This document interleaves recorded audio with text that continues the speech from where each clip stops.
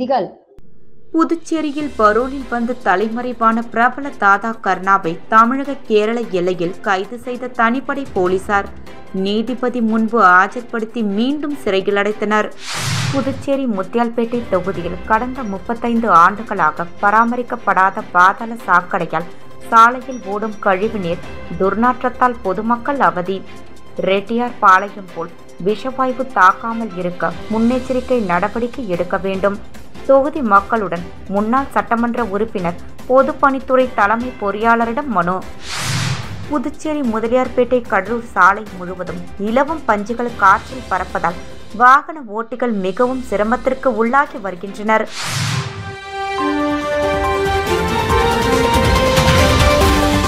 முக்கிய செய்தி.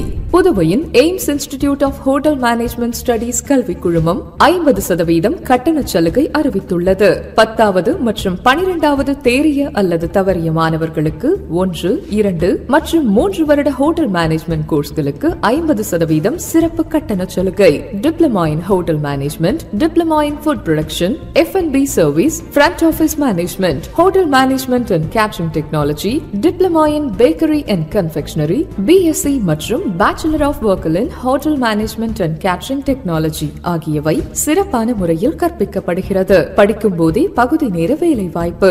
அனைவருக்கும் இங்கிலீஷ், ஹிந்தி மற்றும் பிரெஞ்சு வகுப்புகள் இலவசமாக கற்பிக்கப்படுகிறது. அனுபவமிக்க ஆசிரியர்கள், சிறந்த ஆய்வுக்கூடங்கள், ஹாஸ்டல் வசதி, வங்கி லோன் வசதியும் உள்ளது. படித்து முடித்தவுடன் துபாய், சிங்கப்பூர், மலேசியா, குவைத் போன்ற வெளிநாடுகளில் 100% வேலைக்கு உத்தரவாதம் அளிக்கிறது. புதுவையின் சிறந்த கேட்டரிங் கல்லூரிக்கான 10 முறை விருது பெற்ற ஒரே நிறுவனம் என்பது குறிப்பிடத்தக்கது. இந்த அரிய வாய்ப்பை மாணவர்களும் பெற்றோர்களும் பயன்படுத்திக் கொள்ள எய்ம்ஸ் கல்வி குழுமம் அன்போடு அழைக்கிறது. பாராமெடிக்கல் மற்றும் நர்சிங் படிப்பிற்கும் அட்மிஷன் நடைபெறுகிறது. AIMS group of institutions, Thiruvalluvar சாலை, பிள்ளைத்தோட்டம், சண்முகா தியேட்டர் அருகில், புதுச்சேரி.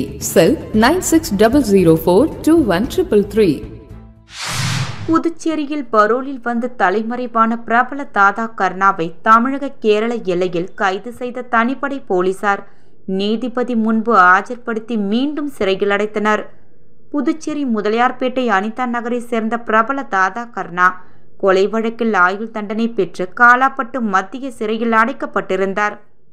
நன்னடத்தை விதிப்படி தனக்கு விடுதலை கோரி கர்ணா மனு தாக்கல் செய்தார். அதை புதுச்சேரி அரசு ஏற்கவில்லை. இந்த நிலையில் அவர் தனது மனைவிக்கு உடல்நலம் சரியில்லை என கூறி பரோலுக்கு விண்ணப்பித்தார். ஏற்கனவே 33 முறை அவர் பரோலில் சென்று சரியாக சிறைக்கு திரும்பியதால் 3 நாள் பரோல் வழங்கப்பட்டது. அதன்படி கடந்த 11ஆம் தேதி வெளியில் வந்தவர் 13ஆம் தேதி மீண்டும் சிறைக்கு வர வேண்டும்.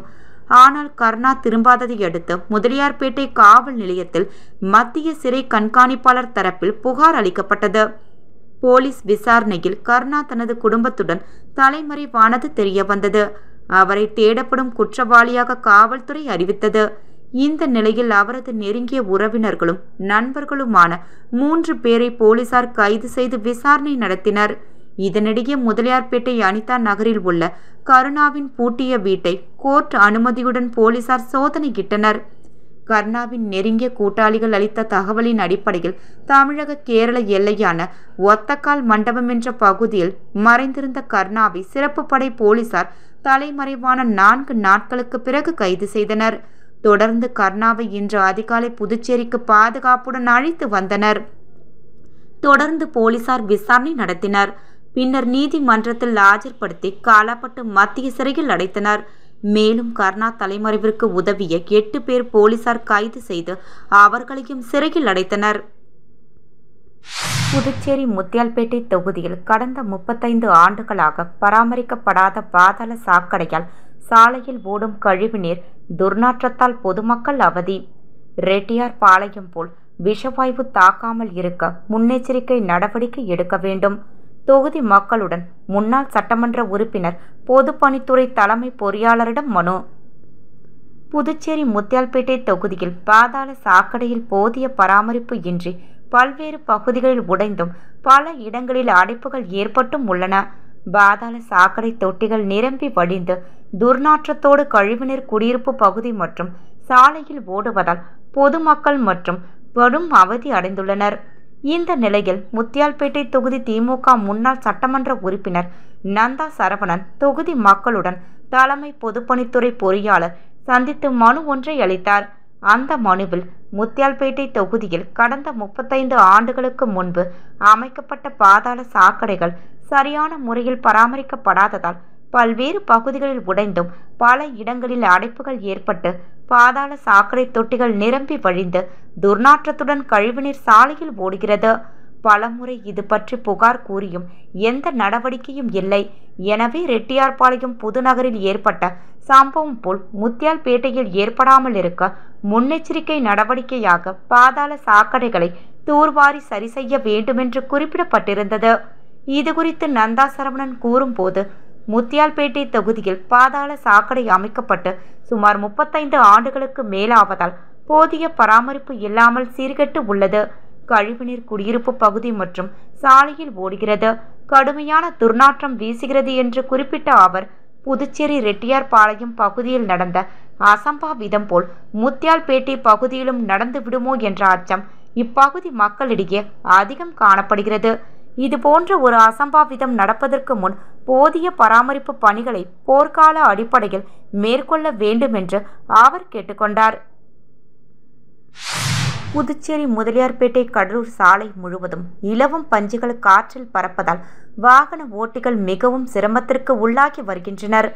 புதுச்சேரி நகரம் மற்றும் கிராம பகுதிகளில் இலவம் பஞ்சு மரம் அதிகமாக காணப்படுவதும், அதுவும் புதுச்சேரியில் இருந்து கடலூர் செல்லும் சாலை முழுவதும் அதிகப்படியான இலவம் பஞ்சு மரங்கள் உள்ளன.